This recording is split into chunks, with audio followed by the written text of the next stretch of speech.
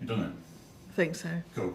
Okay, so my question for you this morning to think about just for a minute or two is, and chat around your tables or chat back at me, if Jesus was alive today, would he be on social media? If Jesus was alive today, would he be on Facebook? Would he be on Instagram? Would he be on YouTube? Spend a couple of minutes just thinking about it or chatting with people, and then we'll come back and you've got a minute, because I've not that long. Have a think.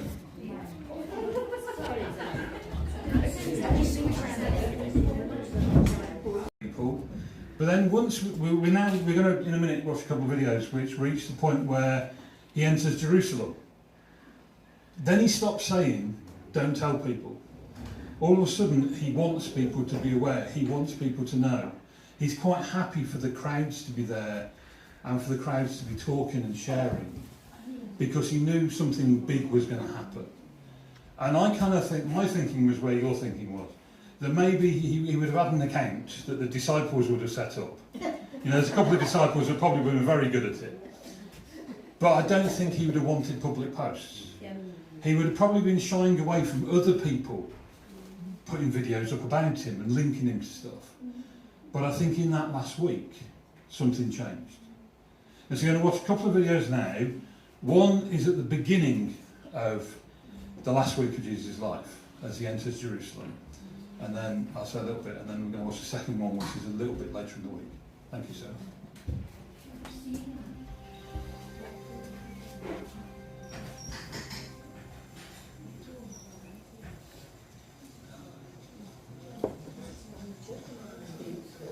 And when they drew nigh unto Jerusalem, and they were come to Bethphage, unto the Mount of Olives, then sent Jesus 2 disciples, saying unto them, Go into the village over against you, and straightway ye shall find an ass tied, and a colt with her.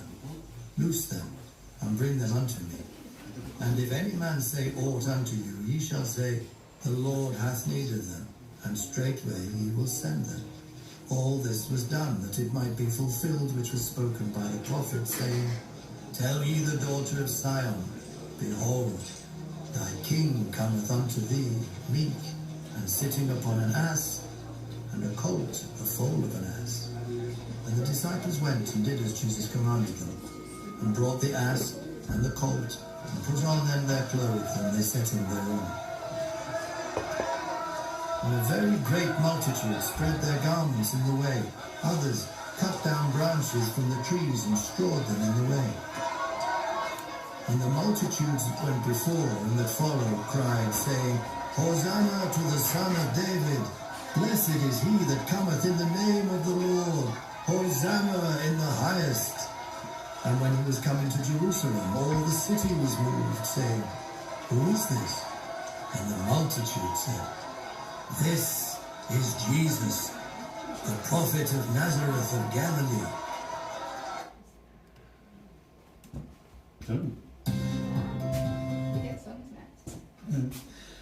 It's interesting, because Jesus spent most of his time, as some of you have said, kind of healing people, talking to people, being with his friends, teaching people different stuff, but quietly in the background, not wanting them to go and say too much.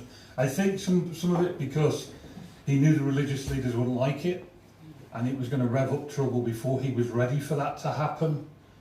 But at this point it changes. At this point he's quite content, it seems, with being public and people talking and telling others and it all getting out there. He was becoming popular. His message was becoming popular with certain people. And the reason I talked about social media earlier, I can remember when Facebook first started. And I can remember my father-in-law joined Facebook and we joined Facebook. And nearly a daily conversation came out. How many friends have you got? How many? Oh, I'm up to 3. I've got 5. And it became something that was really important for about a week, and then I lost interest. But actually, we think we're popular if people like our photo or follow our post. I mean, we put stuff up all the time at the mission. We put the videos up, we put posts up, but it's about sharing information. If nobody likes it, I don't even know if we look, to be honest. I certainly don't look. It's not what it's about. But so many people in this world think being popular is important. And if you look at some of the celebrities of this age, you know, popularity is like a knife edge. You can be popular one day and hated the next. You know, think of some of the things that have gone on with royal family over the last few years, or TV presenters. Even if anybody watched the commentary match on Saturday, who was the guy that scored the 2 goals? I can't remember his name. Sims. He also missed the sitter, didn't he? And so Sims came up, he was about, well, from me to Andy away from the goal. I think even I could have scored the goal. And I don't know where the ball went, but it didn't go in the goal.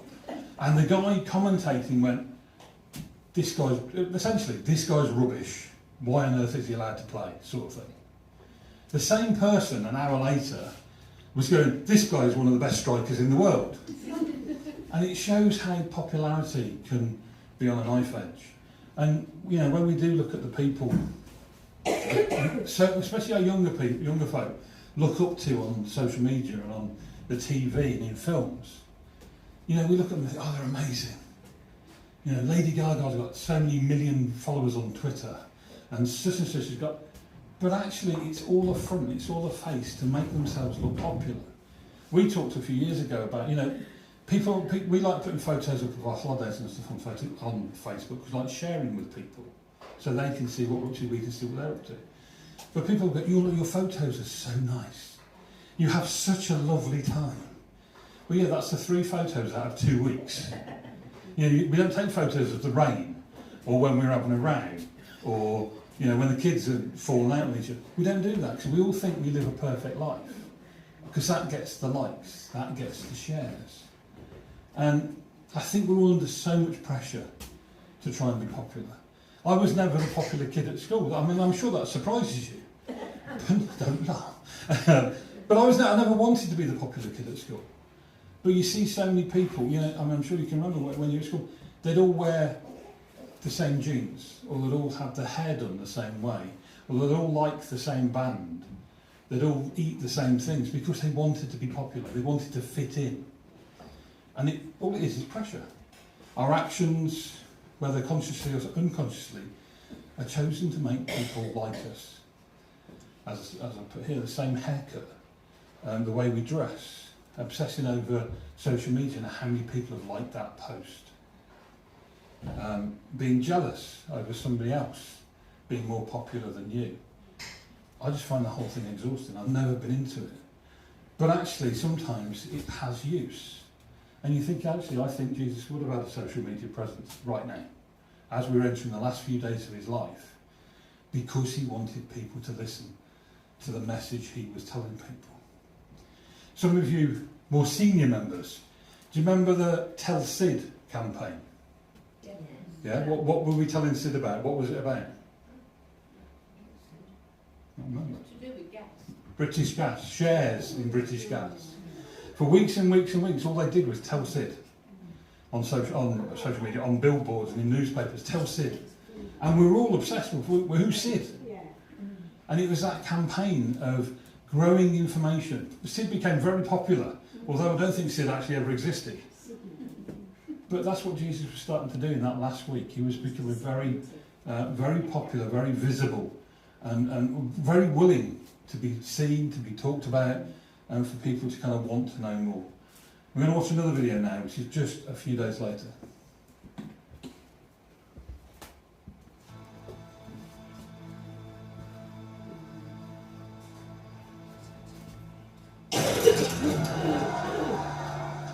And as soon as it was morning, the chief priests held a consultation with the elders and scribes and the whole council.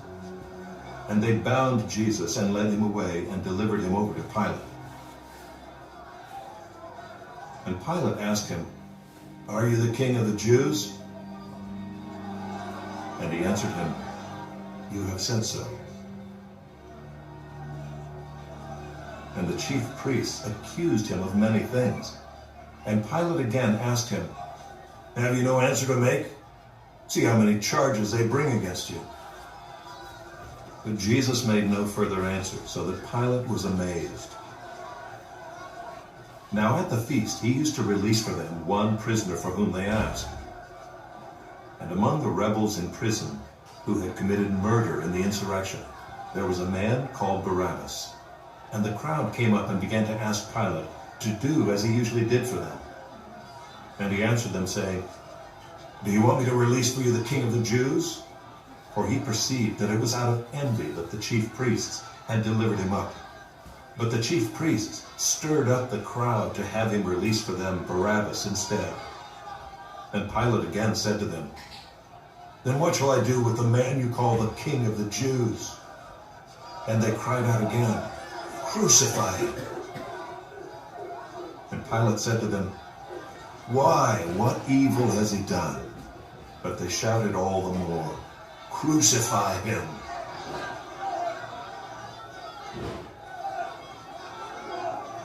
So Pilate, wishing to satisfy the crowd, released for them Barabbas, and having scourged Jesus, he delivered him to be crucified. The people in that crowd were probably a lot of the same people that welcomed Jesus into Jerusalem.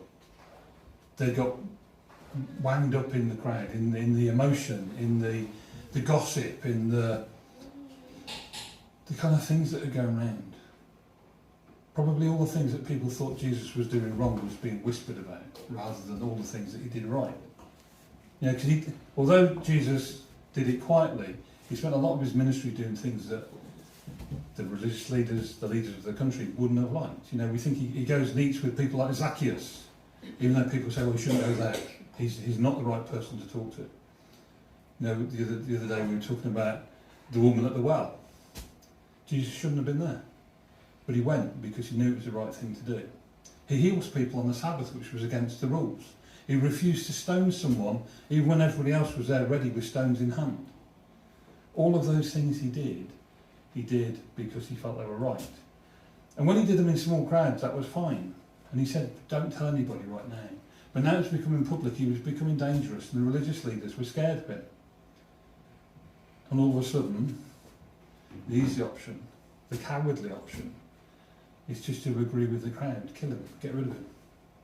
How many stories have we had over the last few years of celebrities, football players, whoever, actors, that we go, oh, they're the most amazing people in the world. And then something happens that actually is quite private to them. And then all of a sudden we all have an opinion that they're the worst person in the world. I think we can be guilty of being that crowd. We can be guilty of putting people on a pedestal, almost, fanning them with the palm leaves like they were. And then something happens, and the next minute we're all shouting, crucify him, crucify him. And that's sad. In today's world, it's sad that that's what we do with human beings. But it's even more sad what happened to Jesus. Jesus knew it was part of the plan. He knew what was going to happen. But actually, where would we have been that week? Would we be waving a palm leaf rather, welcoming Jesus into Jerusalem, the King of the Jews? Would you have been excited? Would you still have been excited a few days later when it started to turn a bit nasty? Or would you have been hiding? Or would you have been in the crowd, shouting, crucify him, crucify him? The good news is, as we know, the story didn't end on Good Friday. As the song said earlier, Friday's good, but Sunday's coming. And we have that opportunity now as the week goes on, as we head towards Easter. Yeah, chocolate's important. We all like chocolate. Well, most of us like chocolate. Chocolate's a great reason to come together and enjoy Easter eggs and all that sort of stuff, but it isn't what Easter's about. And I encourage you that if you make one of these today, if you make one of them today, that's lovely, it's pretty, you can go in your house. But don't forget, that's the real reason. That's the real reason we celebrate Easter. Because without Good Friday, Easter Sunday can't happen. Without the popularity of Jesus becoming more and more visible, he couldn't be criticised, he couldn't have been captured, he couldn't have been killed, and then he couldn't have come again, beaten death for us. And I want to encourage you as you go on this week, listen to Sarah's talk next week on Facebook or on YouTube, not because we want you to like it, but because we want you to own it in your heart. This is the story, it changes everything. It might have been something that happened over 2,000 years ago, but it is as relevant today as it was then. And I don't want any of you to miss the opportunity. Being a Christian isn't easy. You're going to sleep. I think you're dozing off then. I mean, you are of an age. No, I'm Okay. I think you're gone. That was dribble and everything. This is an opportunity that we don't want to miss. The good news is that opportunity comes every morning when you wake up. That opportunity to accept Jesus into your heart and know the difference it makes is there. But there's something special about the Easter story. So please engage with the Easter story. Listen to Sarah's talk next week. Ask Terry lots of questions. Come and talk to us all, because this is the big thing. Don't miss the opportunity. Don't worry about popularity. Being a Christian isn't a popular choice, but it's a choice that gives you eternal life. Bless you. Thank you all for coming. We'll have another song, and I'll pray. Thank you.